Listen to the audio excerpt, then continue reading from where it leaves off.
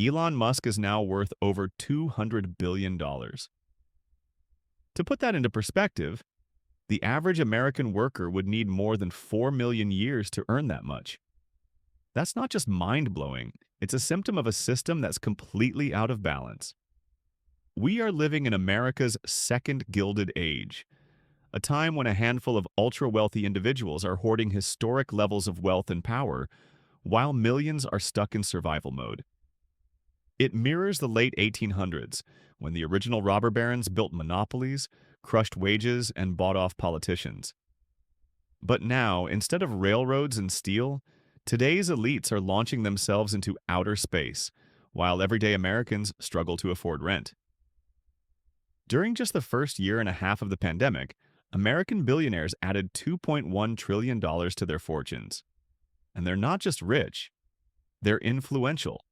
They've slashed their own taxes, often down to zero. In fact, Jeff Bezos paid no federal income tax in 2007 and in 2011. By 2018, the 400 richest Americans were paying a lower tax rate than the middle class. How did we get here? Let's rewind. Wealth inequality in the US goes even deeper than income inequality. Income is your paycheck. Wealth is everything you own: your house, your car, your investments, your art. And it has a secret weapon. It grows on its own. As the economy expands and the population grows, so does the value of wealth, from stocks and real estate to collectibles and beyond. Sure, there are dips and crashes, but over time, wealth keeps climbing. That's why those who already own assets keep getting richer. Now, where does personal wealth come from?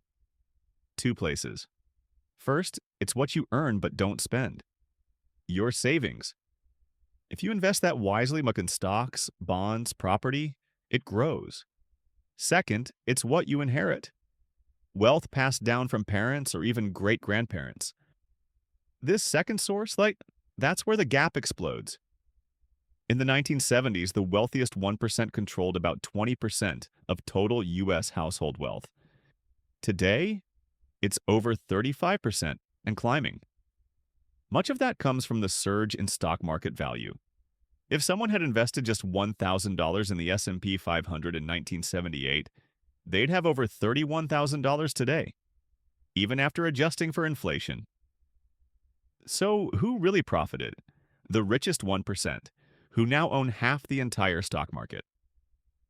Meanwhile, most workers have seen almost no wage growth. Nearly 80% of Americans were living paycheck to paycheck even before the pandemic hit. So while wealthy households keep saving, investing, and building fortunes, most people don't even have the luxury of saving at all. And what happens when those fortunes are handed down? Take the Walton family, heirs to the Walmart empire. 7 of them are now billionaires. And they're just a small part of what's coming. We are on the verge of the largest intergenerational wealth transfer in U.S. history. Between $30 to $70 trillion will pass from baby boomers to their children over the next few decades. That money will continue to grow, and it'll keep getting passed down tax-free generation after generation. Eventually, we could see nearly all American wealth controlled by a few thousand families. This isn't just about dollars, it's about power. Concentrated wealth creates a dynastic class, unelected elites who decide which causes get funded, which politicians get supported, and which voices get silenced. It's not democracy, it's plutocracy, rule by the rich. And this wealth aristocracy doesn't reflect a true meritocracy. It's not about hard work, it's not about market value, it's about inheritance, and it challenges everything we say we believe about fairness and opportunity. It also magnifies existing inequalities. Women and people of color generally earn less, save less, and inherit less. The typical single woman holds just 32 cents of wealth for every dollar a man owns. The typical black household? Just 13 cents for every dollar owned by a white household. The pandemic only widened these gaps. What we're watching unfold is a self-reinforcing aristocracy. The last time we saw anything like this was over a century ago. President Theodore Roosevelt called it out, warning that a small group of wealthy elites focused only on expanding their power could threaten American democracy. His solution? Tax the wealth. Congress responded by creating two tools: the estate tax in 1916, a tax on inherited wealth, and the capital gains tax in 1922, a tax on asset growth when it's sold. But both have been chipped away over time. Today, thanks to tax breaks and loopholes, wealthy individuals can pass on over $22 million to their children without paying a dime in estate taxes. And many don't pay at all. As Trump's own former economic advisor put it, only morons pay the estate tax. And capital gains? There's a massive loophole called the stepped-up basis. If wealthy people never sell their assets and just pass them on when they die, their heirs pay no capital gains tax at all.